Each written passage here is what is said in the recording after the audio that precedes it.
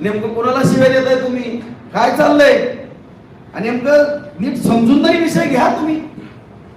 का मराठा समाजाने तुमचा आदर केला, तुमचा मान सन्मान केला, हो कशाला पुराच्या वाटत जायचं म्हणून सगळी मराठीचे आमदार बिचारी गप बसतात, सगळे मंत्री माजी मंत्री गप बसतात, तुमच्या शिव्या खात्यात आय माय काढता. मला तर म्हणता संडासला बसला मुताला गेला, ही भाषा आहे का तुमची? अरे माझ्या आताड्याला इन्फेक्शन झालं होतं म्हणून मी तुम्हाला 4-5 दिवस लेट आलो भेटायला. आम्हाला संडास मध्ये बसला काय अशा जर भाषा काय पद्धत आहे का ही बोलायची? ही सुसंस्कृतपणा तुमचा झाला का? हे छत्रपती शिवरायांनी आपल्याला शिकवलंय का? या प्रश्नाचं उत्तर द्या. आता तुम्ही नका सुद्धा म्हणले माजलगावच्या सभेमध्ये त्या राजेंद्र राऊत आमदाराला असं तसं, त्यांच्या ताईला विचारा आरक्षणाची काय गरज आहे. अरे आरक्षणाची गरज माझ्या बायकोला पण माहित आहे. परत म्हणले त्याच्या आईबापाला विचारा, माझ्या आईबापाला पण माहित आहे दादा, माझ्या बायकोला पण माहित आहे. आता माझ्या बायकोने आईबापाने काय केलं तुम्हाला काय बोललेत का? मी तरी काय बोललोय का? आता बार्शी तालुक्यातले मराठ्याची पोरं जर तुम्हाला प्रश्न विचारत असतात आणि तुमच्या जर नाकाला झुमला असेल मायाबद्दल आणि माझ्या कुटुंबापर्यंत जर तुम्ही जात असाल आणि तुम्ही म्हणता त्या माजलगावच्या सभेमध्ये हे त्या राजेंद्र राऊताच्या दारात जागा आहे का सभा घ्यायला? दादा मी पण छत्रपतीचा मावळा आहे. माझ्या पण घराण्यानं या हिंदवी स्वराज्यासाठी छत्रपती शिवाजी महाराजांच्या घराण्यासाठी गादीसाठी रक्त सांडलेलं माझं घराणं आहे. इतिहास बघा. मी पण या तालुक्यामध्ये मराठा समाजासाठी रक्त सांडलंय, जेलमध्ये गेलोय ते पण बघा. आणि तुम्हाला एवढी खुमखुमी जर असाल तर राजा राऊताच्या दारात सभा घ्यायची. तुम्ही जर मराठा समाजासाठी प्रामाणिक उद्देशानं कुणाला मॅनेज न होता किंवा एकाला टार्गेट करून, एकाला म्हणजे ती फडणवीसांचं मी म्हणत नाही, महायुती सरकारचं म्हणतो, शिंदे साहेब मुख्यमंत्री आहेत मराठ्याचे आहेत, फडणवीस साहेब ब्राह्मणाचे असतील असू द्या, अजितदादा पण मराठ्याचे आहेत. महायुतीच्या सरकारला पाडून महाविकास आघाडीचं सरकार आणायचं हे जर तुमच्या मनामध्ये असेल, हे जर पाप असेल आणि जर तुम्ही खऱ्या अर्थाने मराठा समाजाच्या गरजवंत पोरांसाठी लढत असाल इमानदारीनं, ह्या प्रश्नाची जर उत्तर या महाविकास आघाडीला तुम्ही एक झुकतं माप दिले लोकसभेला, त्यांच्याकडनं लिहून घ्या. मला सांगा राजेभाऊ राऊत, मी लिहून आणतो. हे देवेंद्र फडणवीस आणखीन कोण, एकनाथ शिंदे कशी लिहून देत नाहीत मी बघतो, अजितदादा कशी लिहून देत नाही ती माझी जबाबदारी. आणि जर त्यांनी नाही लिहून दिलं, सगळे पत्रकार मराठा समाज बांधव तुम्ही राजकीय संन्यास राजा राऊतचा जाहीर आपला राजकारणाचा संबंध नाही, यांनी जर नाही लिहून घेतलं तर या तिघांकडनं, पण तुम्ही ह्या तिघांकडनं लिहून आणायची जबाबदारी तुमची, ह्या तिघांकडनं आणायची जबाबदारी माझी.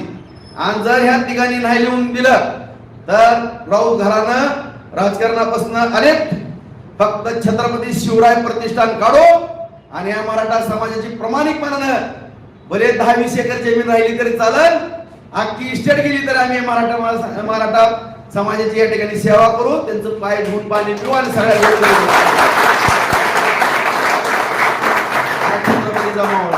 तुम्ही ही प्रामाणिक भूमिका घ्या. तुम्हाला मी भोसले चौकातनं फुलं हातरतो, माझ्या घरी चहा पाण्याला आणि पेड्याचा घास भरवतो. जरंगे दादा हे फक्त लिहून आणा त्यांच्याकडनं आणि मला सांगा राजेभाऊ राऊत, मी हे काम केलंय, मी वाघ आहे मराठ्याचा, या वाघाने काम केले. तुम्ही दिलेला शब्द तुम्ही पाळा. तुमचा हातात कागद घेतो लगेच एकनाथ शिंदे साहेब फडणवीस साहेब नाजीदादांकडे जातो, त्यांना सह्या मागतो.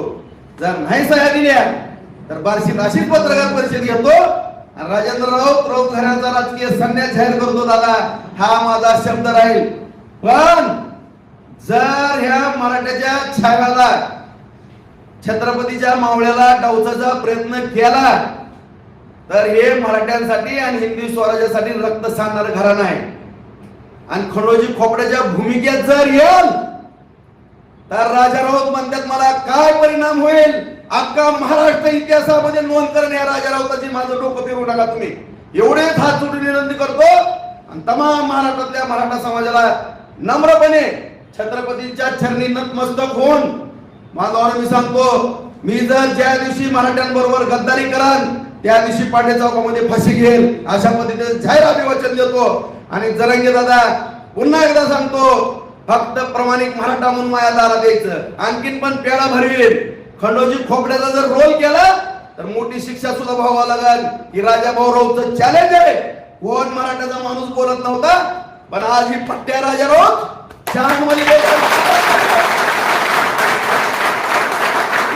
किती तुकडे व्हायचे पण किती तुकडे करायला लावायच्या त्याचं भान मला पण राहणार नाही. आणि सभा उधळणं बिधळणं माझं काम नाही. इमानदारीनं या पाटील सावकार, 50 लाख रुपये खर्चून तुमची जर गेला सभा जाहीर केल्याची जबाबदारी ह्या राजा राऊताची असेल. आणि प्रत्येक घरातला बाया माणसा सहित अख्खा मराठा समाज भगवंताच्या ग्राउंड किंवा पाटील सावकार उभा करण्याची जबाबदारी राजा राऊताची असेल. सभेची तारीख सांगा, त्या सभेमध्ये खडा सुद्धा पडणार नाही. हे ह्या पट्ट्याच्या छत्रपतीच्या छाव्याची मावळ्याची जबाबदारी असेल संरक्षण करायची. ह्याच्यातनंच ही उत्तर दादा, आणि इथनं पुढे तुम्ही उत्तर द्याच. मग माझी 10-20 हजाराची सभा तुम्ही आहे तर मी आहे जमली जाणार. देश विदेशातील प्रत्येक घडामोडींचे लाईव्ह अपडेट मिळवण्यासाठी आता साम टीव्हीच्या सर्व सोशल मीडिया प्लॅटफॉर्मला लाईक, फॉलो आणि सबस्क्राईब करा. तसंच सर्व नोटिफिकेशनसाठी बेल आयकॉन प्रेस करायला विसरू नका.